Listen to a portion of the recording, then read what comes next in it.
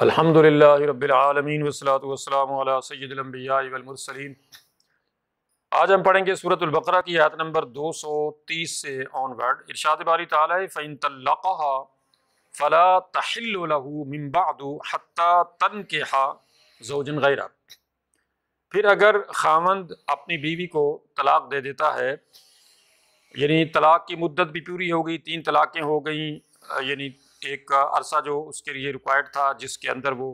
رجوع کر سکتا تھا یا دوبارہ نکاح ہو سکتا تھا، یہ ساری عدتیں گزر گئیں، طلاق مکمل ہو گئی، تو اب یہ مغلظہ ہو گئی، یعنی اس کے لیے ہمیشہ کے لیے حرام ہو گئی۔ اور اب یہ ہے کہ دوبارہ اگر وہ میاں بیوی دونوں یہ چاہتے ہیں کہ پھر سے ان کا یہ یعنی رشتہ ہو جائے، نکاح ہو جائے ان کا آپس میں، تو اللہ فرماتے ہیں فَلَا تَحِلُّ لَهُ مِن بَعْدُ حَتَّى تَنكِحَ زَوْجًا غَيْرَهُ۔ اب یہ عورت اس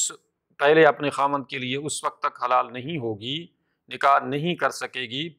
یہاں تک کہ یہ کسی اور مرد سے نکاح کرے اور وہاں پر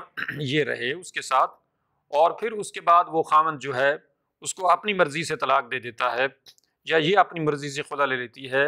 یا وہ خامند وفات پا جاتا ہے، تو کوئی بھی صورت ایسی اگر بنتی ہے تو اس کے بعد پھر یہ عورت واپس اگر اس مرد سے نکاح کرنا چاہتی ہے تو اس طرح سے پھر جو ہے آپس میں جو ہے ان کا نکاح ہو سکتا ہے، یعنی پہلے خامند کے ساتھ۔ فَإِن طَلَّقَهَا فَلَا جُنَاحَ عَلَيْهِمَا أَن يَتَرَاجَعَا إِن ظَنَّا أَن يُقِيمَا حُدُودَ اللَّهِ۔ پھر اگر اس کو طلاق دی تھی اور اس دوران میں یعنی عدت کے دوران میں وہ مرد جو ہے رجوع کرنا چاہتا ہے، یہ سمجھتے ہوئے کہ اب وہ اللہ کی حدود کو قائم رکھ سکیں گے، تو اب اس میں کوئی گناہ والی بات نہیں ہے، یعنی دوران عدت جو ہے وہ رجوع کا حق حاصل ہے، اور مگر یہ ضروری ہے کہ ان یقیما حدود اللہ، یعنی اللہ کی حدود کو قائم رکھ سکیں گے، یہ نہیں کہ پھر لڑائی جھگڑا ہو، ظلم زیادتی ہو ایک دوسرے کے ساتھ، جیسا کہ عموماً دیکھنے میں آتا ہے۔ تو یہ صورتحال نہیں ہونی چاہیے، کیونکہ طلاق کی جو یعنی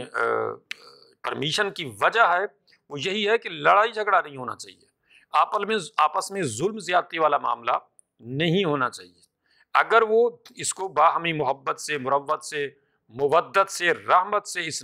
رشتے کو پھر سے کنٹینیو کر سکتے ہیں تو یہ بہت اچھی بات ہے، اور اللہ کی جو حدود و قیود ہیں ان کو اگر قائم رکھ سکتے ہیں تو بہت اچھا ہے۔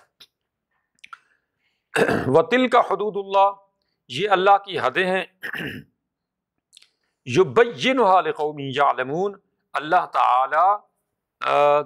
تم لوگوں کے لیے یہ اس لیے حدیں بیان فرماتا ہے تاکہ تم سمجھو اور ان حدود و قیود کے مطابق اس رشتہ ازدواج کو قائم و دائم رکھو اور چلاؤ۔ وَإِذَا طَلَّقْتُمُ النِّسَاءَ فَبَلَّغْنَ أَجَلَهُنَّ فَأَمْسِكُوهُنَّ بِمَعْرُوفٍ أَوْ سَرِّحُوهُنَّ بِمَعْرُوفٍ وَلَا تُمْسِكُوهُنَّ ضِرَارًا لِتَعْتَدُوا۔ ارشاد فرمایا کہ جب تم اپنی بیویوں کو طلاق دے دو، پھر ان کی عدت پوری ہو جائے یعنی پوری ہونے لگے، تو فَأَمْسِكُوهُنَّ بِمَعْرُوفٍ، یا تو یہ ہے کہ اب دوران عدت تم رجوع کر لو اور اس جو طلاق ہے اس کو تم یعنی کینسل کر دو، اور پھر سے اپنے رشتہ ازدواج کو جو ہے کنٹینیو کر دو، تو ایک تو یہ طریقہ ہو گیا۔ دوسرا یہ کہ او سرحوہن بمعروف، یا اس رشتے کو تم نے سوچ لیا ہے کہ نہیں ختم ہی کرنا ہے، تو پھر یہ ہے کہ اچھے طریقے سے اس عورت کو رخصت کر دو، یا آپس کا جو رشتہ ہے یہ میاں بیوی کا، اس کو ڈسکنٹینیو کرنے کے لیے بھی جو اللہ کی حدود و قیود ہیں ان کو قائم رکھتے ہوئے، اخلاق کا دامن تھامتے ہوئے، صبر و تحمل کے ساتھ، اچھے طریقے کے ساتھ ایک دوسرے کے حقوق کا خیال رکھتے ہوئے اس رشتے کو ختم کر دو۔ یعنی یہ معاملہ نہیں ہونا چاہیے کہ جیسے ایک دوسرے کے ساتھ لڑائی جھگڑا اور اس طرح کی بد اخلاقیاں اور طرح طرح کی جو چیزیں فضول قسم کی گندی قسم کے دیکھنے میں آتی ہیں اس رشتے کو ختم کرتے ہوئے، تو اس کی اسلام میں بالکل بھی اجازت نہیں ہے۔ اور پھر یہ کہ وَلَا تُمْسِكُوهُنَّ ضِرَارًا لِتَعْتَدُوا، خاوندوں کو یہ بھی حکم دیا جا رہا ہے کہ اپنی بیویوں کو اس لیے مت روک کے رکھو کہ تم ان کو جو ہے تکلیف دو گے، جیسا کہ زمانہ جاہلیت میں بھی ہوتا تھا، اور آج اس سے بھی زیادہ زمانہ جاہلیت ہے مسلمانوں کے اندر بھی اس بات کا کہ وہی طریقہ یہ استعمال کرتے ہیں کہ خاوند اپنی بیوی کو تنگ کرتا ہے، جب طلاق دے دیتا ہے پھر اس کے اوپر طرح طرح کی ایلیگیشن لگاتا ہے، اس کو ذلیل کرتا ہے اور اس کو اس طریقے سے بدنام کرنے کی کوشش کرتا ہے کہ تاکہ اس کا کہیں اور رشتہ نہ ہو سکے، اور اس کے اوپر طرح طرح کی، یعنی جب وہ اگر کہیں نکاح کرنا چاہتی ہے تو اس میں جو ہے طرح طرح کی رکاوٹیں پیدا شروع کر دیتا ہے تاکہ اس کو ذلیل کر سکے۔ تو اس کا سدباب کرتے ہوئے اللہ نے ارشاد فرمایا کہ وَلَا تُمْسِكُوهُنَّ ضِرَارًا لِتَعْتَدُوا، اپنی بیویوں کو مت روکو اس بات سے کہ وہ کہیں اور نکاح کریں، یعنی جب وہ اب تم نے ان کو طلاق دے دی تو بس ٹھیک ہے، ان کو اچھے طریقے سے ان کو اخلاق کے ساتھ جو ہے وہ فرق کر دو تاکہ وہ کہیں اور نکاح کر سکیں۔ اب تم جو ہے اپنی بھڑاس نکالتے ہوئے اور ان کے ساتھ ظلم زیادتی والا معاملہ کرتے ہوئے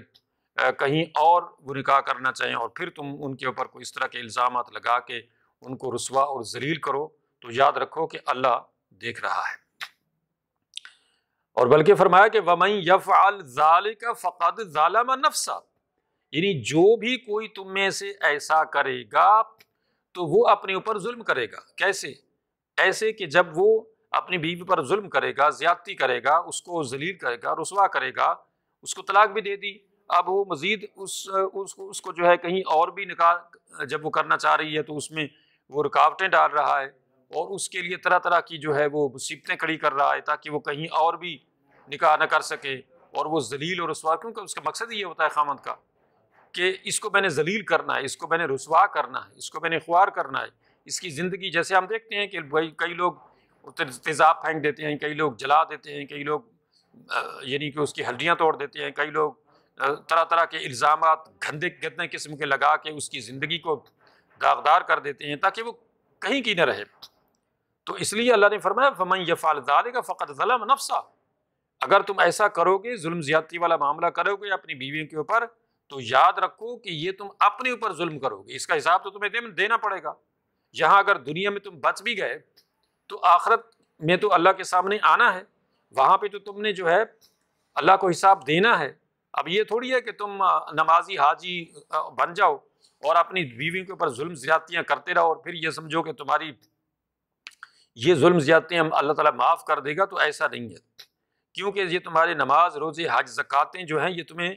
حقوق العباد سے معافی نہیں دلا سکیں گی کہ تم نے اپنے بندوں کے اوپر، اللہ کے بندوں کے اوپر، اپنی بیویوں کے اوپر یا کسی بھی حوالے سے کسی بندے کے اوپر کوئی ظلم زیادتی کی ہے تو یہ تم نے اپنے اوپر ظلم زیادتی کی ہے، کیونکہ اس کا تمہیں خمیازہ بہرحال بھگتنا پڑے گا آخرت میں۔ وَلَا تَتَّخِذُوا آیات اللہ ہزوا، تو اللہ کی آیات کا مذاق مت اڑاؤ، یعنی اللہ تعالیٰ نے تو جو احکامات دی ہیں طلاق کے سلسلے میں کہ طلاق دینی ہے تو پھر اس طریقے سے دینی ہے، اس میں ظلم زیادتی والا کوئی معاملہ نہیں ہونا چاہیے، اس میں کوئی منافقانہ رویہ نہیں ہونا چاہیے آپس میں کہ عورت کو جو ہے ذلیل اور رسوا کیا جائے۔ تم اگر ایسا کرو گے تو گویا تم اللہ کی آیات کا مذاق اڑاؤ گے، کیونکہ اللہ تعالیٰ نے حکم دیا ہے کہ ایسا کرنا ہے۔ اب اگر تم اللہ تعالیٰ کی آیات کے برعکس کوئی کام کرو گے تو یہ تم اصل میں اللہ تعالیٰ کی آیات کے ساتھ استہزاء کر رہے ہو، مذاق اڑا رہے ہو، تمسخر اڑا رہے ہو اللہ تعالیٰ کے احکامات کا۔ وَاذْكُرُوا نِعْمَتَ اللَّهِ عَلَيْكُمْ، تو اللہ کی نعمتوں کو یاد کرو کہ اللہ نے تمہیں کیا کیا نعمتوں سے نوازا ہے، تمہیں پیدا کیا، تمہیں زندہ رکھا ہوئے، تمہارے آزاد سلامت رکھے ہوئے ہیں، تمہیں اولاد جیسی نعمتوں سے نوازا ہے، تمہاری ازدواجی زندگی اچھی گزر رہی تھی، تمہیں طرح طرح کی نعمتیں اللہ تعالیٰ نے عطا کی ہوئی ہیں، تو اللہ تعالیٰ کی ان نعمتوں کو یاد کر کے اس کا شکر ادا کرو۔ وما انزل علیکم من الکتاب والحکمت یعظکم بہ، اور یہ بھی اللہ تعالیٰ کی نعمت ہے تمہارے اوپر کہ اللہ نے تمہارے اوپر یہ کتاب قرآن نازل کی ہے جو حکمت سے، دانائی سے بھری ہوئی ہے، جو تمہیں جنت کا راستہ بھی بتاتی ہے، جہنم سے بچنے کا راستہ بھی بتاتی ہے، قبر کے عذاب سے بچنے کا راستہ بھی بتاتی ہے، اور دنیا کے اندر امن و سکون کی زندگی گزارنے کا راستہ بھی بتاتی ہے۔ یعنی قرآن جو ہے، ایک برنارڈ شاہ گو کہ وہ کوئی دنیا اسلام کا کوئی عالم نہیں تھا، کوئی اتنا بڑا وہ کوئی ایسا نہیں تھا یعنی اسلام کا جاننے والا، مسلمان بھی نہیں تھا، اس کے باوجود وہ کہتا تھا کہ جب میں قرآن کو دیکھتا ہوں، پڑھتا ہوں، تو کہتا ہوں کہ دنیا کی سب سے بہترین کتاب قرآن ہے، اور جو بھی کوئی قوم اس کو فالو کرے گی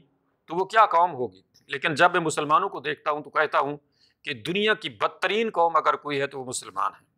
کہ ان کو ان کے خدا نے اتنی زبردست کتاب دی ہے جس کے اندر زندگی کی کامیابی کے کتنے راز پنہاں ہیں، لیکن یہ لوگ دعویٰ کرنے کے باوجود بھی اس کو نہ پڑھتے ہیں نہ سمجھتے ہیں۔ یعنی ایک ایسا بندہ کہ جس کو اسلام کا اتنا پتہ بھی نہیں ہے، وہ ایسی وہ بات کر رہا ہے جو حقیقت ہے، جو سچ ہے۔ اس میں کوئی شک نہیں ہے کہ قرآن مجید کے اندر صرف یہ نہیں جو ہم نے سمجھ لیا ہے کہ قرآن مجید کو جو ہے وہ اس وقت پڑھا جاتا ہے، جیسے علامہ اقبال نے بلکہ کہا ہے ایک شعر کے اندر ہی کہ جیسے تم لوگوں نے ان مسلمانوں سے کہ جیسے تم لوگوں نے قرآن مجید کو اپنے مرنے والوں کے لیے پڑھنا شروع کر دیا ہے نا، اگر زندہ لوگ بھی اس کو پڑھنا شروع کر دیتے تو زندگی تمہاری اچھی ہو جاتی۔ یعنی ہم انہیں کیا سمجھا اس کو کہ قرآن مجید کو اس وقت پڑھتے ہیں اجتماعی طور پہ مل کے بیٹھ کے، اور سارے اس کا اہتمام کرتے ہیں کہ جب کوئی مر جاتا ہے یا کوئی مرنے لگتا ہے تو اس کے سرانے بیٹھ کے جو ہے وہ سورۃ یاسین پڑھنا شروع کر دیتے ہیں، یا مرنے کے بعد اس کے جو ہے ہم قرآن مجید کی تلاوت زور و شور سے کرتے ہیں اس کو بخشوانے کے لیے۔ تو حالانکہ یہ قرآن مجید تو زندوں کی ہدایت کے لیے ہے کہ زندہ اس کو پڑھیں، اس کو سمجھیں، اس کے مطابق زندگی گزاریں، تاکہ وہ مرنے کے بعد کی جو زندگی ہے اس کی کامیابی کے راز اس کے اندر لکھے ہوئے اس کو پا سکیں، اور وہ آخرت کی جو مرنے کے بعد کی زندگی ہے اس کی کامیابی کو حاصل کر سکیں، اور وہ اسی وقت ہے جب زندہ لوگ اس کو پڑھیں گے، اس کو سمجھیں گے، اس کو فالو کریں گے۔ تو اس لیے اللہ تعالیٰ نے ارشاد فرمایا کہ وما انزل علیکم من الکتاب والحکمۃ یعظکم بہ، کہ اللہ کی اس نعمت کا بھی شکر ادا کرو کہ اس نے تمہارے اوپر یہ قرآن نازل کیا ہے جو حکمت سے لبریز ہے، جو حکمت سے بھرا ہوا ہے، دانائی سے بھرا ہوا ہے۔ یعظکم بہ، اللہ تعالیٰ تمہیں اس کا حکم دیتا ہے، نصیحت فرماتا ہے کہ اس کو پڑھو، اس کو سمجھو، اس کو فالو کرو، اور پھر اللہ کا شکر بھی ادا کرو کہ اس نے تمہیں ہدایت دی، ورنہ تو تم جہنم کے کنارے پر تھے۔ ایک بندہ جو 100 سال کی زندگی گزارے یا 50 سال کی یا 25 سال کی، اور وہ یہاں کی یعنی دنیا کی دولت کی انبار لگا جائے اور بڑے بڑے پلازے بنا جائے اور اربوں خربوں بنا جائے، کیا ہوگا؟ مرنے کے بعد اس کے پاس کچھ نہیں ہوگا سوائے اس کے کہ اگر اس نے یہاں اس قرآن کو پڑھا سمجھا اور فالو کیا ہوگا تو اس کو جنت مل جائے گی، اور اگر اس نے یہاں پہ دنیا کی دولت تو کمائی ہے لیکن قرآن کو نہیں فالو کیا، قرآن کو نہیں سمجھا، قرآن پہ کوئی عمل نہیں کیا اس نے، تو گو کہ یہاں گولڈن پیلس بھی بنا جائے تو وہاں جہنم میں جائے گا۔ تو اس لیے یہ سب سے بڑی کامیابی ہے کہ بندہ اللہ تعالیٰ کی اس کتاب کو پڑھے، سمجھے اور فالو کرے، کہ اس کے ذریعے سے اس کو جو گولڈن پیلسز ملنے والے ہیں جنت کی صورت میں، وہ ہمیشہ کے لیے ہیں۔ وہ دنیا کے ان گولڈن پیلسز کے لیے کی طرح سے نہیں ہے کہ یہاں فار دا ٹائم بینگ ایک بندہ رہے گا اور اس کے بعد اچانک چھوڑ کے چلا جائے گا اور یہ یہاں پہ ایسے ہی رہ جائیں گے۔ تو فرمایا واتقوا اللہ، اللہ سے ڈرو، وَاعْلَمُوا أَنَّ اللَّهَ بِكُلِّ شَيْءٍ عَلِيمٌ۔ قرآن مجید میں بار بار جو ایک لفظ آیا ہے وہ ہے اتقوا اللہ، اور یہ لفظ صرف کافروں کو ڈرانے کے لیے نہیں ہے، یہ ہے یا ایھا الذین آمنوا اتقوا اللہ، ایمان والو اللہ سے ڈرو، یعنی اللہ کی پکڑ سے ڈرو، اللہ کے مواخذے سے ڈرو، اللہ کی ناراضگی سے ڈرو، اللہ کے عذاب سے، جہنم سے ڈرو، بچو، اس لیے کہ وَاعْلَمُوا أَنَّ اللَّهَ بِكُلِّ شَيْءٍ عَلِيمٌ، جان لو کہ اللہ تعالیٰ سب کچھ جانتا ہے۔ یعنی تم اللہ سے، جیسے ہم دنیا کے اندر چھپ چھپا کے گناہ کرتے رہتے ہیں اور یہ سمجھتے ہیں کہ نہیں کسی کو پتہ نہیں ہے، کسی کو پتہ نہیں ہے، کسی کو پتہ نہیں چلے گا، اور اس طریقے سے ہم اپنے اوپر ایک لبادہ اوڑھے رہتے ہیں یعنی اپنے نیک ہونے کا، اور اس طرح سے ہم چھپے جو ہے وہ کرتے رہتے ہیں گناہ۔ تو اس طرح سے یہ ہمیشہ ذہن میں رکھنا چاہیے کہ اللہ تعالیٰ فرماتا ہے کہ وَهُوَ مَعَكُمْ أَيْنَمَا كُنتُم، میں تمہارے ساتھ ہوں تم کہیں بھی ہو، میں حاضر و ناظر ہوں، میں دیکھتا ہوں تمہیں تم کیا کر رہے ہو، میں جانتا ہوں سب کچھ کہ تم کیا، مجھ سے کیا چھپو گے، کیا مجھ سے یعنی اپنا چھپا سکتے ہو۔ ما یلفظ لدیہ الا رقیب عتید، کہ تمہارے ہونٹ سے کوئی بھی لفظ بنتا ہے کسی بھی بات کی شکل میں تو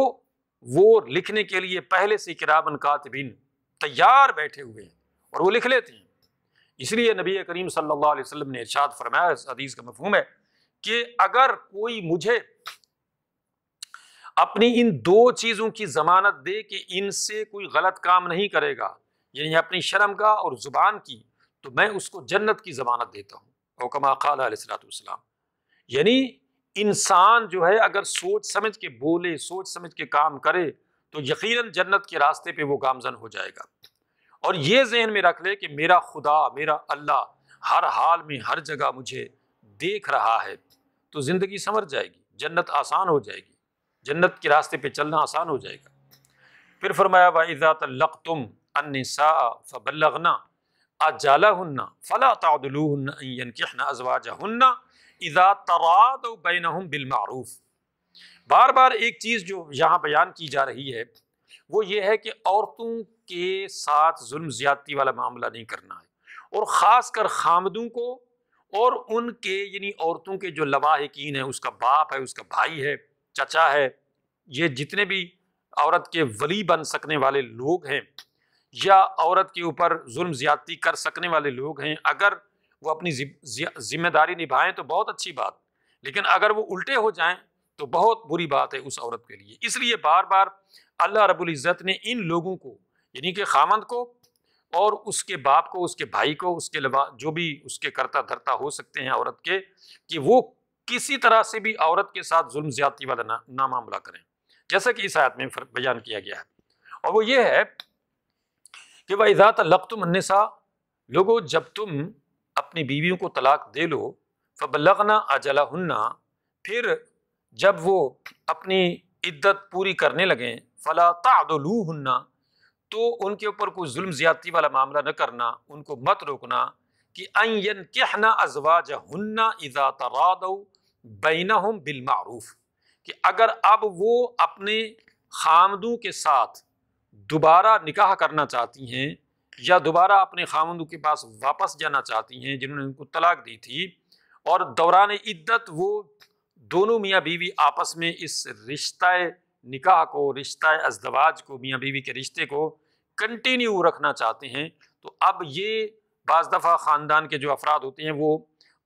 اس کو جو ہے اپنی انا کا مسئلہ بنا لیتے ہیں، اس میں رکاوٹ بن جاتی ہیں کہ نہیں اس نے تو تمہیں پھینک دیا تھا، اب اس کو ہم جو ہے وہ اس کے بچے اس کے منہ پہ ماریں گے اور تم نے اس کے پاس نہیں جانا، اور یہ اور وہ، اس طریقے سے اس کو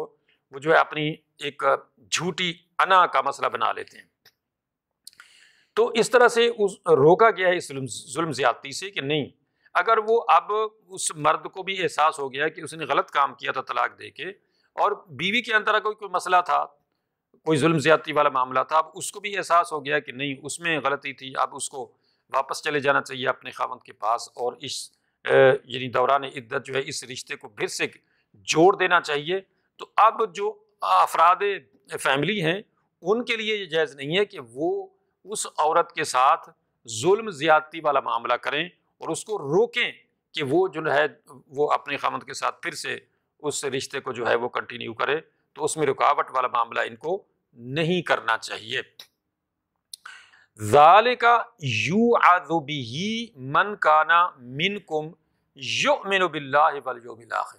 اور بار بار اللہ رب العزت نے ایک چیز جو یہاں پہ بیان فرمائی ہے وہ یہ ہے کہ اپنے عذاب سے ڈرایا ہے، یعنی میں یہ مت سمجھو کہ تم مسلمان ہو گئے، تم کلمہ پڑھ رہے ہو، اب تم اپنی جھوٹی انا کی خاطر کسی پر بھی ظلم زیادتی کرو، ان عورتوں پر ظلم زیادتی کرو، چاہے تم باپ ہو، چاہے تم شوہر ہو، چاہے تم بھائی ہو، چاہے تم خاندان کے کوئی بھی فرد ہو، اور اس عورت کے اوپر اپنی مرضی ٹھونسو، جیسا کہ آج کل ہو رہا ہے کہ عورت کے اوپر اس طرح سے وہ اپنی مرضی ٹھونستے ہیں جیسے ایک بکری ہوتی ہے اور اس کو جس قلعے پر چاہیں وہ باندھ دیں اور اس کی مرضی نہیں ہے کہ وہ جو ہے وہ بول سکے۔ بالکل سیم یہی صورتحال آج بھی عورت کے ساتھ ہو رہی ہے، اور اس وقت بھی زمانہ جاہلیت میں یہی صورتحال ہوتی تھی کہ اس کو جو ہے اپنی مرضی کرنے کی یعنی کہ نہیں دی جاتی تھی کہ وہ اپنی مرضی کرے اپنے رشتے کو چلانے کے لیے۔ تو اس لیے اللہ تعالیٰ نے ارشاد فرمایا کہ عورت اگر پھر سے اپنے رشتے کو اسی سابقہ خامند کے ساتھ کنٹینیو رکھنا چاہتی ہے تو خاندان کے افراد کے لیے جائز نہیں ہے کہ اس کو روکیں اور اس کو ظلم زیادتی کا نشانہ بنائیں۔ تو اس لیے فرمایا کہ اس کو ظلم زیادتی کا نشانہ نہ بنائیں، بلکہ فرمایا ذالکم ازکی لکم واطہر، یہ تمہارے لیے بہتر ہے، یعنی جو بھی کوئی ذالک یوعظ بہ من کان منکم یؤمن باللہ والیوم الاخر، اللہ تعالیٰ کا یہ حکم ہے تمہارے اوپر کہ اگر تم اللہ پر اور آخرت کے دن پر یقین رکھتے ہو، ایمان رکھتے ہو، تو پھر ان احکامات کو فالو کرنا ہے۔ اپنی جھوٹی انا کی خاطر عورتوں کے اوپر ظلم زیادتی نہیں کرنی ہے۔ وہ تمہاری بیوی ہے، وہ تمہاری بہن ہے، وہ تمہاری یعنی جو بھی ہے، جس رشتے کے حوالے سے وہ عورت ہے، اس کی تم نے احترام کرنا ہے، اور شرعی حدود کے اندر وہ جو بھی اپنا کوئی فیصلہ کرنا چاہتی ہیں تو ان کو اختیار حاصل ہے شرعی حدود کے اندر، ان کے اوپر کوئی رکاوٹ نہیں ڈالنی چاہیے۔ ذالکم ازکا لکم و اطہر، اسی میں تمہاری بہتری ہے، اسی میں تمہارے لیے پاکیزگی ہے، اسی میں تمہارا تزکیہ نفس ہے۔ یہی بہترین پاکیزہ طریقہ ہے کہ شرعی حدود کے اندر نکاح کے جو معاملات ہیں ان کو اسی طرح سے فالو کیا جائے۔ واللہ یعلم وانتم لا تعلمون، یاد رکھو کہ اللہ جانتا ہے، تمہیں نہیں پتا ہے۔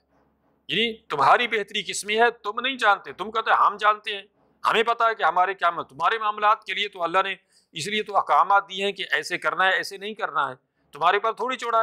ہے کہ تمہاری جو مرضی ہے تم کرو، تمہاری مرضی نہیں چلے گی، مرضی اللہ کی ہی چلے گی کہ اللہ کیا فرماتا ہے، اللہ کا کیا حکم ہے،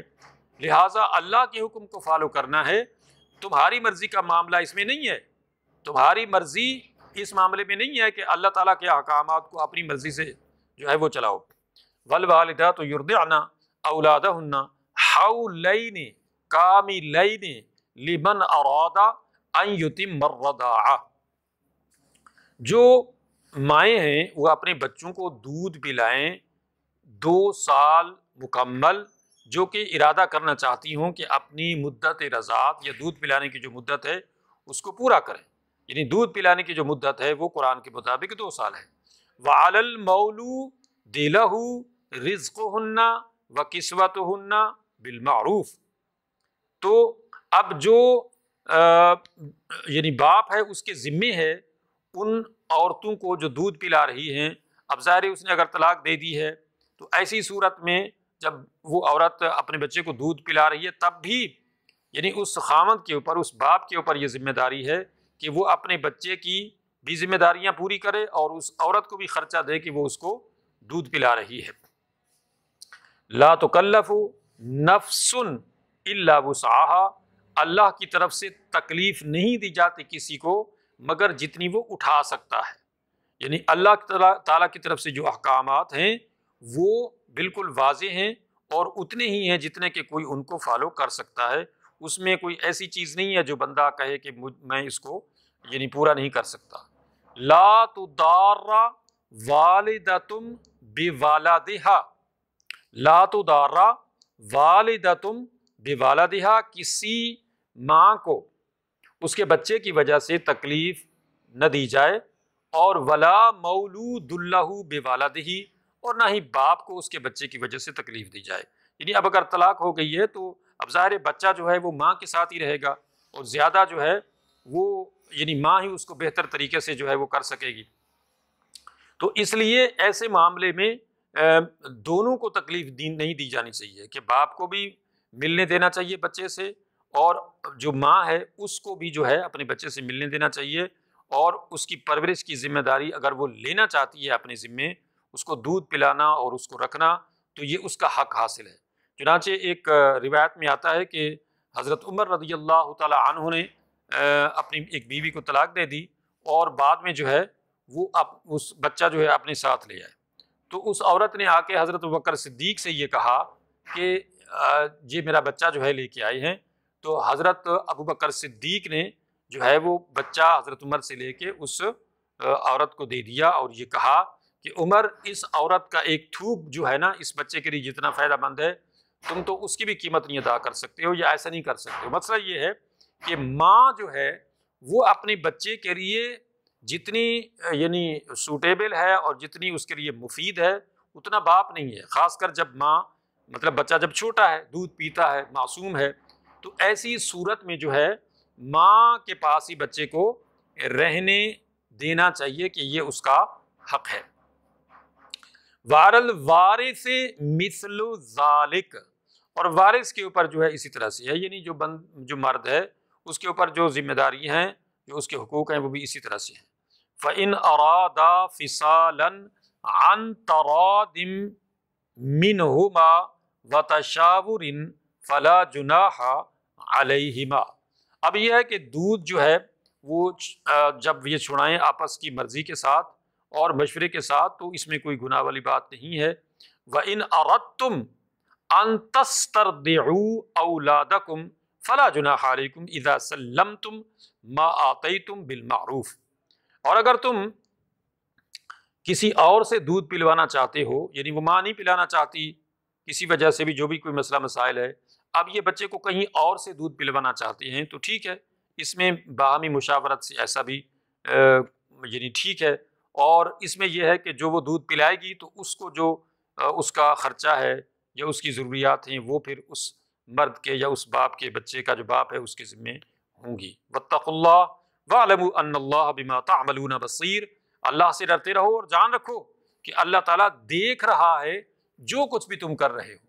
والذین یتوفون منکم ویذرون ازواجا یتربصن بانفسہن اربعۃ اشہر وعشرہ۔ اور تم میں سے جو لوگ وفات پا جائیں اور اپنے پیچھے بیویاں چھوڑ جائیں تو وہ بیوائیں جو ہیں وہ اپنے آپ کو 4 مہینے اور 10 دن تک رو کے رکھیں۔ فَإِذَا بَلَغْنَا أَجَلَهُنَّ فَلَا جُنَاحَ عَلَيْكُمْ فِي مَا فَعَلْنَا فِي أَنفُسِهِنَّ بِالْمَعْرُوفِ۔ پھر جب وہ اپنی عدت پوری کر لیں تو ان پر کوئی گناہ نہیں ہے کہ وہ اپنے معاملے کو جو ہے وہ جس طرح سے چاہیں کر لیں، یعنی کہیں اور وہ نکاح کرنا چاہتی ہیں تو اب ان کے اوپر کسی طرح کی قدغن نہیں لگانی، کوئی رکاوٹ پیدا نہیں کرنی، جیسے کہ آج کل ہمارے معاشرے کے اندر ہے۔ اور اس کی بیسک وجہ وہ مال ہوتا ہے جو اس عورت کو مل رہا ہوتا ہے 8واں حصہ۔ تو اب یہ جو ہے خاندان کے لوگ جو ہیں وہ رکاوٹ ڈالنا شروع کر دیتے ہیں کہ کہیں اور اس کا نکاح ہو، تو ایسے نہیں کرنا ہے۔ اب ان عورتوں کو حق حاصل ہے کہ اگر وہ کہیں پہ بھی نکاح کرنا چاہتی ہیں تو وہ کر سکتی ہیں۔ اچھا، واللہ بما تعملون خبیر، یاد رکھو کہ اللہ تعالیٰ خبردار ہے جو کچھ تم کر رہے ہو، یعنی اللہ سے تو تم نہیں چھپ سکتے ہو، لوگوں کو تم بیوقوف بنا سکتے ہو، ان کے سامنے جھوٹ بول سکتے ہو اس معاملے میں، لیکن اللہ سے نہیں چھپ سکتے ہو۔ ولا جناح علیکم فیما عرضتم بہ من خطبۃ النساء وکننتم فی انفسکم، اور تم پر گناہ نہیں ہے اس معاملے میں کہ تم منگنی کا کوئی پیغام بھیجو یا تمہارے دل میں یہ چیز ہو کہ تم ان سے نکاح کرنا چاہتے ہو، یعنی ان بیواؤں سے۔ عالم اللہ انکم ستذکرونہن ولکن لا تواعدون سرا الا ان تقولوا قولا معروفا۔ اللہ کو پتہ ہے، اللہ جانتا ہے کہ تم ان سے تذکرہ کرو گے ان سے نکاح کرنے کا، مگر یہ نہیں ہونا چاہیے کہ ان کے ساتھ چھپ چھپا کے کوئی وعدہ کرو یا ان کے ساتھ چھپ چھپا کے کوئی بات چیت کرو، ایسا نہیں ہونا چاہیے۔ ان کے ساتھ جو بھی بات کرنی ہے وہ اچھے طریقے سے کی جانی چاہیے، یعنی اگر دوران عدت بھی تم کوئی اظہار کرنا چاہتے ہو ان سے نکاح کرنے کا تو نکاح تو ہو نہیں سکتا، لیکن یہ کہ ان سے تم اظہار کر سکتے ہو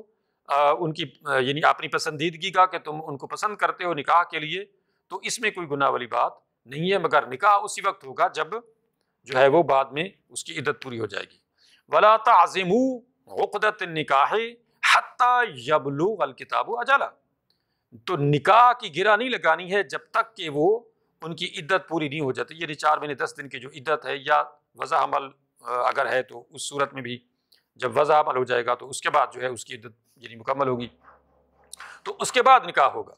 وَاعْلَمُوا أَنَّ اللَّهَ يَعْلَمُ مَا فِي أَنفُسِكُمْ فَاحْذَرُوا، جان لو کہ اللہ تعالیٰ جانتا ہے جو کچھ تمہارے دلوں میں ہے، تو اللہ سے ڈرو۔ وَاعْلَمُوا أَنَّ اللَّهَ غَفُورٌ حَلِيمٌ، جان لو کہ اللہ تعالیٰ بخشنے والا بردبار ہے، یعنی اگر وہ تمہیں پکڑ نہیں رہا ہے تو یہ اس کی بردباری اور تحمل ہے کہ وہ تمہیں جاننے کے باوجود تمہارے کرتوتوں کو وہ تمہیں ڈھیل دے رہا ہے توبہ کرنے کی، معافی مانگنے کی۔ تو یہ مت سمجھو کہ چلو کچھ نہیں ہونا، چلو جو مرضی ہے کیے ہو، جیسا کہ آج کل ہمارے اندر جو ہے یہ چیز سما جاتی ہے، شیطان یہ کچری کے بس ٹھیک ہے دیکھا جائے گا، تو ایسا نہیں کرنا ہے، اللہ تعالیٰ سب کچھ جانتا ہے۔ لا جناح علیکم ان طلقتم النساء ما لم تمسوهن او تفردوا لهن فریدۃ ومتعوهن علی الموسع قدرہ وعلی المقتر قدرہ متاعا بالمعروف، تم پر گناہ نہیں ہے اس میں کہ اگر تم عورتوں کو طلاق دے دو جن کو تم نے ابھی چھوا نہیں ہے، مطلب یہ کہ نکاح تو ہوا تھا لیکن رخصتی نہیں ہوئی اور میاں بیوی کا آپس میں ملاپ نہیں ہوا ہے، اور او تفردوا لہن فریدا، یا نکاح تو ہوا تھا لیکن جو یعنی حق مہر ہے اس کا تذکرہ نہیں تھا، وہ نہیں لکھا گیا تھا یا وہ نہیں ڈسکرائب ہوا تھا، تو اب یہ ہے کہ ومتعوہن علی الموسع، تو اب تم جب ان کو طلاق دو تو حق مہر تو نہیں دو گے لیکن یہ کہ ان کو کچھ نہ کچھ دے دینا چاہیے۔ اب وہ کیا ہو سکتا ہے، وہ اللہ نے بیان فرما دیا کہ علی الموسع قدرہ وعلی المقتر قدرہ، کہ جس کے پاس مال جتنا زیادہ اللہ نے دیا ہے تو وہ زیادہ دے، اور جس کے پاس مال کی تنگی ہے وہ تھوڑا دے۔ اب ظاہر غریب آدمی اپنی حیثیت سے دے گا، اس نے اگر بیوی کو طلاق دی ہے، اور جس کے پاس زیادہ مال اللہ نے جس کو دیا ہے تو وہ یعنی اپنی وسعت کے مطابق جو ہے وہ دے گا۔ بتاءً بالمعروف، یہ ایک لگا بندہ یعنی جو اصول ہے اس کے مطابق چلنا ہے۔ حقاً علی المحسنین، یہ حق ہے محسنین کے اوپر، جو نیکوکار ہیں ان کو مودت سے رحمت سے اس رشتے کو جب ڈسکنٹینیو کرنا ہے تو اس طریقے سے کرنا ہے کہ کچھ دے دلا کے۔ لیکن آج کل جو ہمارے معاشرے کے اندر ہوتا ہے، کیا ہوتا ہے کہ جی کیوں چھوڑ دی، اس کے پر الزام لگاتے ہیں تاکہ اپنی بہتری ثابت کر سکیں، اس کو غلط ثابت کر سکیں، اور ہمارا بھرم جو ہے وہ معاشرے کے اندر رہے کہ ہم بہت اچھے تھے اور وہ بہت گندی تھی اس لیے ہم نے اس کو چھوڑ دیا۔ تو یہ انتہائی گھٹیا طریقہ ہے اور اللہ کے عذاب کو اور غضب کو دعوت دینے والی بات ہے۔ وَإِن طَلَّقْتُمُوهُنَّ مِن قَبْلِ أَن تَمَسُّوهُنَّ وَقَدْ فَرَضْتُمْ لَهُنَّ فَرِيضَةً فَنِصْفُ مَا فَرَّضْتُمْ إِلَّا أَن يَعْفُونَ أَوْ يَعْفُوَ الَّذِي بِيَدِهِ عُقْدَةُ النِّكَاحِ۔ مومنو، اگر تم طلاق دے دو عورتوں کو اس سے پہلے کہ تم نے ان کو چھوا ہو، یعنی نکاح تو ہو گیا تھا لیکن رخصتی نہیں ہوئی تھی، اور میاں بیوی کا جو یعنی ملاپ ہے وہ نہیں ہوا تھا، تو وقد فرضتم لہن فریدہ، لیکن تم نے حق مہر مقرر کر دیا تھا، تو اب ایسی صورت میں یہ ہوگا کہ فنصف ما فرضتم الا ان یعفون، کہ اب جو ہے ایسی صورت میں جب نکاح یعنی ہو گیا اور اس کے بعد طلاق دے دی بغیر ملاپ کے، اور اس میں حق مہر مقرر کر دیا گیا تھا، تو ایسی صورت میں اب آدھا حق مہر دینا پڑے گا، آدھا حق مہر جو ہے وہ دینا پڑے گا، مگر یہ کہ یعفون، وہ عورتیں معاف کر دیں، وہ کہیں کہ نہیں ہم نے نہیں لینا بس، تو وہ پھر ٹھیک ہے۔ او یعفو الذی بیدہ عقدۃ النکاح، یا یہ ہے کہ مرد نے اگر حق مہر جو ہے وہ پورا دیا ہے تو کہے چلو ٹھیک ہے میں پورا دیتا ہوں، تو پھر بھی ٹھیک ہے، لیکن جو شریعت میں جس کی یعنی جہاں آیت میں حکم دیا جا رہا ہے وہ یہ کہ فنصف ما فرضتم، کہ حق مہر کا جو آدھا ہے وہ بہرحال اس کو دینا پڑے گا، لیکن اگر وہ پورا حق مہر دے دے تو یہ اس کے لیے زیادہ اچھی بات ہے، اور عورت اگر معاف کرتی ہے تو وہ ایک الگ بات ہے۔ وَأَن تَعْفُوا أَقْرَبُ لِلتَّقْوَىٰ، اور اگر تم معاف کر دو تو یہ تقویٰ کے زیادہ قریب ہے، یعنی مردوں کو زیادہ اس طرف لایا جا رہا ہے کہ مرد جو ہیں عورتوں کے اوپر یعنی ایک طرح سے یعنی اچھے انداز سے اخلاق سے ان سے پیش آئیں کہ طلاق بھی دے دی ہے تو پھر بھی حق مہر پورا دے دیں، حق مہر جو ہے وہ پورا دے دیں، گو کہ صرف نکاح ہوا تھا رخصتی نہیں ہوئی تھی، اس کے باوجود بھی جو ہے مردوں کو یہ حکم دیا جا رہا ہے کہ وہ حق مہر پورا دے دیں۔ وَلَا تَنْسَوُا الْفَضْلَ بَيْنَكُمْ إِنَّ اللَّهَ بِمَا تَعْمَلُونَ بَصِيرٌ، اور اللہ تعالی نے یہ جو تمہیں نعمتوں سے نوازا ہوا ہے، اپنے فضل سے نوازا ہوا ہے، تو اللہ کے فضل کو مت بھولو، بے شک اللہ تعالیٰ دیکھ رہا ہے جو کچھ تم کر رہے ہو۔ اس کے بعد فرمایا حافظوا علی الصلوات والصلاۃ الوسطیٰ، اپنی نمازوں کی حفاظت کرو، اور خصوصاً صلاۃ وسطیٰ کی، درمیانی نماز کی۔ اس سے کون سی مراد ہے؟ بہت سارے اقوال ہیں، ان میں کا زیادہ جو قول جس طرف ہے وہ عصر کی نماز۔ وقوموا للہ قانتین، تو اللہ کے لیے جو ہے وہ سیدھے ہو جاؤ، یعنی اللہ کی رضا کی خاطر دین کے اوپر اچھی طرح سے کار بند ہو جاؤ، دین کے معاملے میں سیدھے چلو۔ فَإِنْ خِفْتُمْ فَرِجَالًا أَوْ رُكْبَانًا فَإِذَا أَمِنْتُمْ فَاذْكُرُوا اللَّهَ كَمَا عَلَّمَكُمْ مَا لَمْ تَكُونُوا تَعْلَمُونَ، پھر اگر تم پیدل ہو یا سواریوں کے اوپر ہو، تو اگر تم یہ خوف کرو کہ دشمن کا تمہیں کسی طرح کا خوف ہو، کوئی بھی صورتحال ہو سکتی ہے، تو سواری کے اوپر ہو بندہ یا پیدل چل رہا ہو، تو ہر صورت میں نماز کو پڑھنا ہے، چلتے چلتے بھی پڑھنا ہے اور سواری کے اوپر بھی پڑھنا ہے، جو بھی صورت ہو، تو اس میں جو ہے نماز کو اس لیے نہیں چھوڑنا کہ میں چل رہا ہوں تو یہاں پہ جو ہے مجھے خطرہ ہے، میں کھڑا ہوں گا نماز کے لیے تو مجھے یہ ہوگا وہ ہوگا، تو پھر چلتے ہوئے پڑھ لینی ہے۔ اسی طرح سے سواری کے اوپر جا رہے ہیں، وہ کشتی ہے، وہ ہوائی جہاز ہے، وہ ٹرین ہے، وہ کچھ بھی ہے، بس ہے، تو اگر وہ نہیں رک سکتی ہے تو اسی صورت میں ہی پڑھ لینی ہے، حتیٰ کہ اگر منہ جدھر بھی ہے ادھر ہی منہ کر کے پڑھ لینی ہے، اس لیے کہ نماز کو اس لیے نہیں چھوڑا جا سکتا کہ یہ مسئلہ ہے وہ مسئلہ ہے، نہیں، کوئی بھی مسئلہ ہے نماز کو اس کے وقت میں پڑھنا ہے، ادا کرنا ہے۔ فَإِذَا أَمِنْتُمْ فَاذْكُرُوا اللَّهَ كَمَا عَلَّمَكُم مَّا لَمْ تَكُونُوا تَعْلَمُونَ، پھر جب تم امن کی حالت میں آ جاؤ تو اللہ کو اسی طرح سے یاد کرو جیسا اس نے تمہیں سکھایا ہے کہ تم تو نہیں جانتے تھے، لہٰذا اب امن کی صورت میں جو ہے وہ نماز کو پورے آداب کے ساتھ، پروٹوکولز کے ساتھ ادا کرنا ہے۔ وَالَّذِينَ يَتَوَفَّوْنَ مِنكُمْ وَيَذَرُونَ أَزْوَاجًا وَصِيَّةً لِأَزْوَاجِهِمْ مَتَاعًا إِلَى الْحَوْلِ غَيْرَ إِخْرَاجٍ فَإِنْ خَرَجْنَا فَلَا جُنَاحَ عَلَيْكُمْ فِيمَا فَعَلْنَا فِي أَنفُسِهِنَّ مِن مَّعْرُوفٍ وَاللَّهُ عَزِيزٌ حَكِيمٌ۔ وہ لوگ جو وفات پا جائیں اور چھوڑ جائیں اپنے پیچھے بیوائیں، عورتیں، بیویاں، تو وہ وصیت کر جائیں اپنی بیویوں کے لیے 1 سال تک کے لیے کہ ان کو ان کے گھروں سے نہ نکالا جائے۔ اکثر مفسرین کا یہی کہنا ہے کہ یہ آیت وراثت کے جو احکامات ہیں جو سورۃ نساء کے دوسرے رکوع کے اندر آئے ہیں، جس کے اندر عورت کو، بیوہ کو 8واں حصہ دینے کا اللہ نے حکم دیا ہے، یہ آیت اس کی وجہ سے منسوخ ہے۔ اب ظاہر ہے اس کے اندر اس کو 8واں حصہ مل گیا تو اب ظاہر ہے کہ وہ یعنی ہر چیز کی، اس میں گھر بھی ہے، اس میں جائیداد بھی ہے، اس میں پیسہ ٹکا بھی ہے، اس میں مال بھی ہے، اس میں جو کچھ بھی ہے اس کا 8واں حصہ جو ہے سارے کا اس کو ملے گا۔ تو جو ہے وہ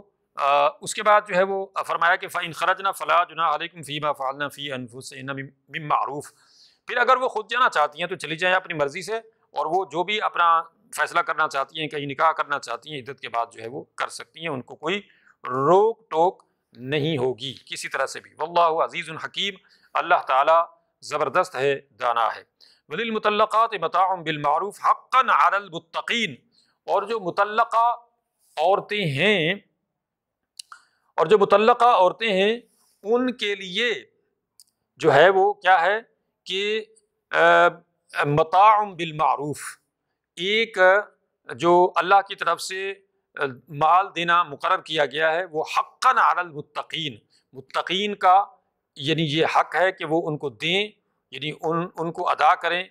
جو کچھ اللہ تعالیٰ نے عورتوں کے یعنی حق بہار ہے، یا اسی طرح سے ان کو اچھے طریقے سے رخصت کرنا ہے، یہ متقی لوگوں کے اوپر یعنی یہ ان کے اوپر فریضہ ہے۔ کذالک یبین اللہ لکم آیاتہ لعلکم تعقلون، اسی طرح سے اللہ تعالیٰ اپنی آیات بیان فرماتا ہے تمہارے لیے تاکہ تم سمجھو۔ الم تر الی الذین خرجوا من دیارہم وهم الوف حذر الموت فقال لهم اللہ موتوا ثم احیاهم ان اللہ لذو فضل علی الناس ولکن اکثر الناس لا یشکرون، کیا تم نے ان لوگوں کو دیکھا کہ جو اپنے گھروں سے موت کے ڈر سے نکلے تھے کہ موت سے بچ جائیں، لیکن اللہ تعالیٰ نے ان کو موت دے دی اور کہا کہ مر جاؤ، پھر اللہ نے ان کو زندہ کر دیا۔ بے شک اللہ تعالیٰ اپنے بندوں کے اوپر بڑا فضل فرمانے والا ہے، لیکن اکثر لوگ ناشکرے ہیں۔ پھر فرمایا وقاتلوا فی سبیل اللہ واعلموا ان اللہ سمیع علیم، اللہ کی راہ میں جہاد کرو اور جان لو کہ اللہ تعالیٰ سنتا جانتا ہے۔ من ذا الذی یقرض اللہ قرضا حسنا فیضاعفہ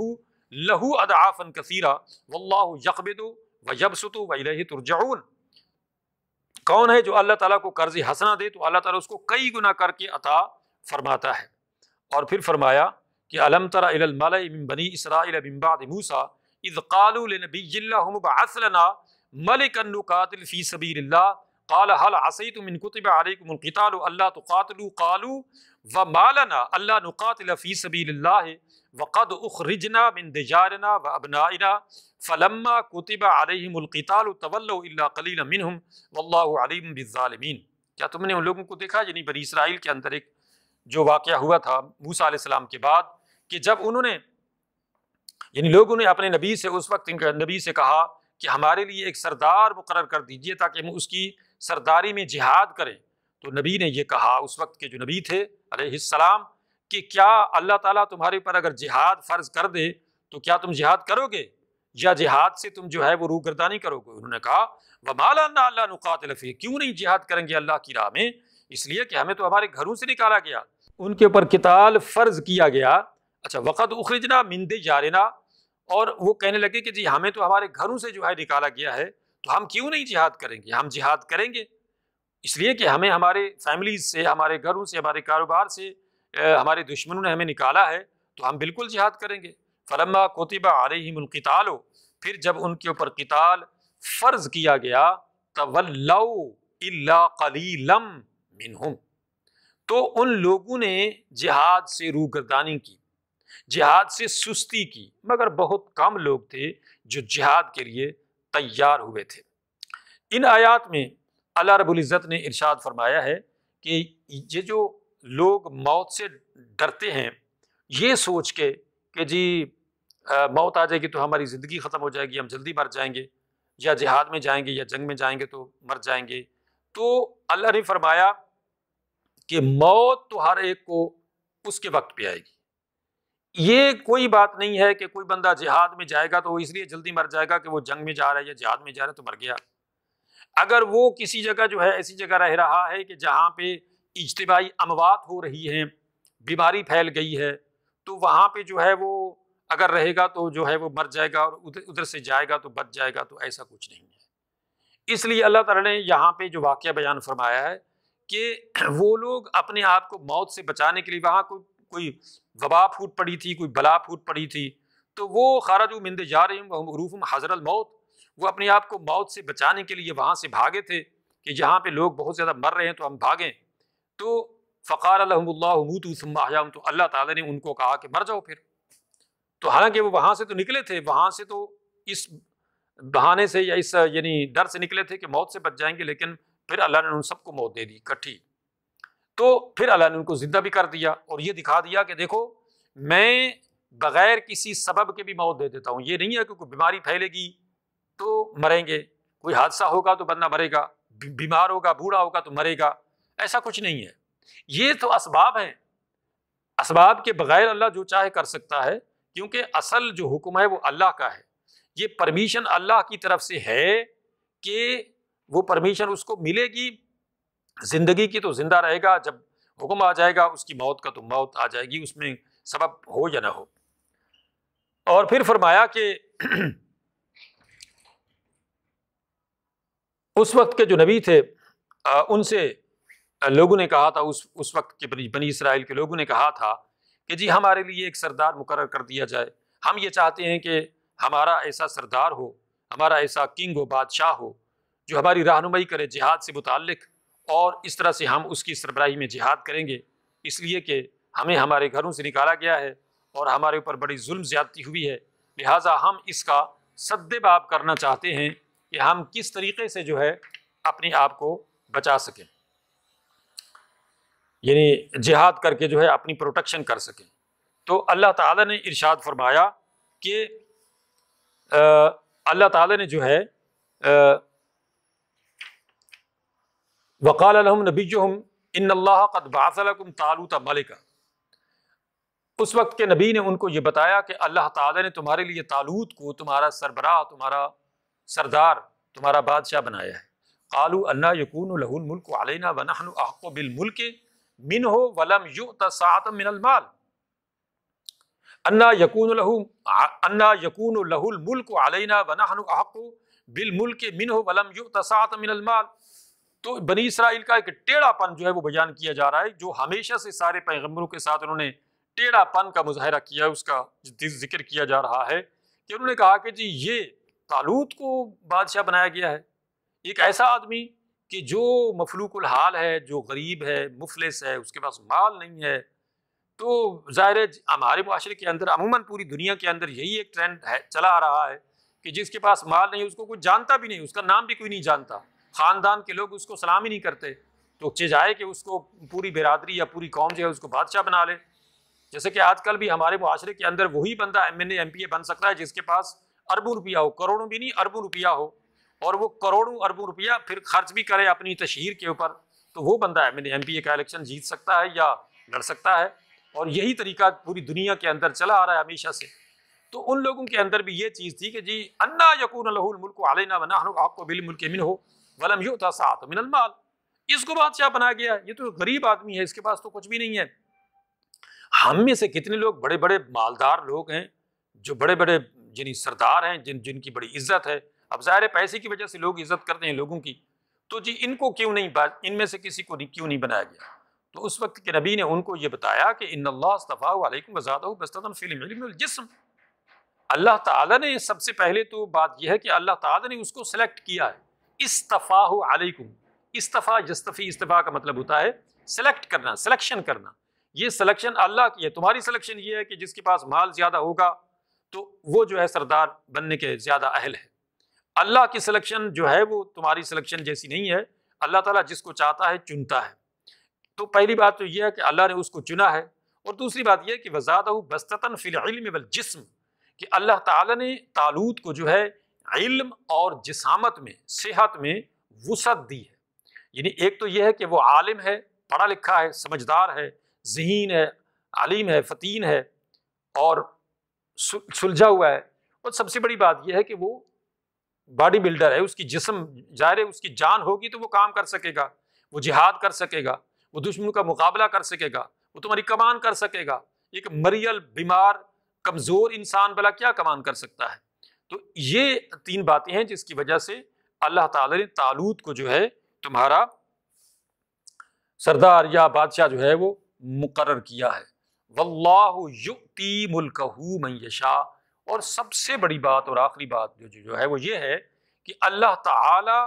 جس کو چاہتا ہے اپنا ملک، اپنی سلطنت، اپنی کنگڈم عطا فرماتا ہے۔ بادشاہت کس کو دینی ہے، بادشاہ کس کو بنانا ہے، یہ اللہ کی مرضی ہے۔ اللہ تعالیٰ بہت سے لوگوں کو بادشاہ دیتا رہا ہے ماضی میں بھی اور ابھی بھی، یہ سب آزمانے کے لیے۔ کوئی یہ نہ سمجھے کہ مجھے بادشاہت اس لیے مل گئی ہے کہ اللہ نے مجھے دی ہے تو میں تو بہت نیک ہوں، نہیں۔ قرآن مجید میں سورۃ الفجر میں اللہ تعالیٰ نے بیان فرمایا ہے کہ یہ اللہ کی آزمائش کے طریقے ہیں، کسی کو مال دے کے آزماتا ہے، کسی کو بغیر مال کے آزماتا ہے، غربت دے کے آزماتا ہے، کسی کو اقتدار دے کے، کسی کو محکوم بنا کے، کسی کو کسی طرح سے، یعنی یہ اس کی آزمائش کے سارے طریقے ہیں۔ یہ نہیں ہے کہ کسی کو مال دے دیا ہے تو وہ کوئی اللہ کا پسندیدہ ہے اس لیے اللہ نے اس کو مال دے دیا ہے، یا سرداری دے دی ہے تو وہ اللہ کا پسندیدہ ہے تو اس لیے سرداری دے دی ہے، ایسا نہیں ہے۔ یہ اللہ تعالیٰ کی آزمائشیں ہیں کہ اللہ تعالیٰ کی یہ دی ہوئی ذمہ داری یا آزمائش میں وہ کیا کرتا ہے، وہ کیا سمجھتا ہے۔ چنانچہ جب اللہ تعالیٰ نے یعنی نمرود کا ذکر کیا تو ان آتاہ اللہ الملک، بلکہ یہ آگے ہی آ رہا ہے کہ الم تر الی الذی حاج ابراہیم فی ربہ ان آتاہ اللہ الملک، کہ اللہ نے نمرود کو جو ہے وہ ملک دیا تھا، تو اس نے اذ قال ابراہیم ربی الذی یحیی و یمیت، اور اسی طرح فرعون کا جب اللہ نے ذکر کیا کہ اس کو بھی اللہ نے دی تھی، لیکن اس نے کیا کہا، انا ربکم الاعلی، کہ سب سے بڑا رب میں ہوں، نمرود نے، فرعون نے یہ کہا۔ تو بہرحال اللہ رب العزت کی مشیت پر مبنی ہے کہ کس کو کس طرح سے آزمائش میں ڈالتا ہے۔ تو بہرحال یہاں پہ اللہ تعالیٰ نے ارشاد فرمایا کہ واللہ یؤتی ملکہ من یشاء واللہ واسع علیم، اللہ تعالی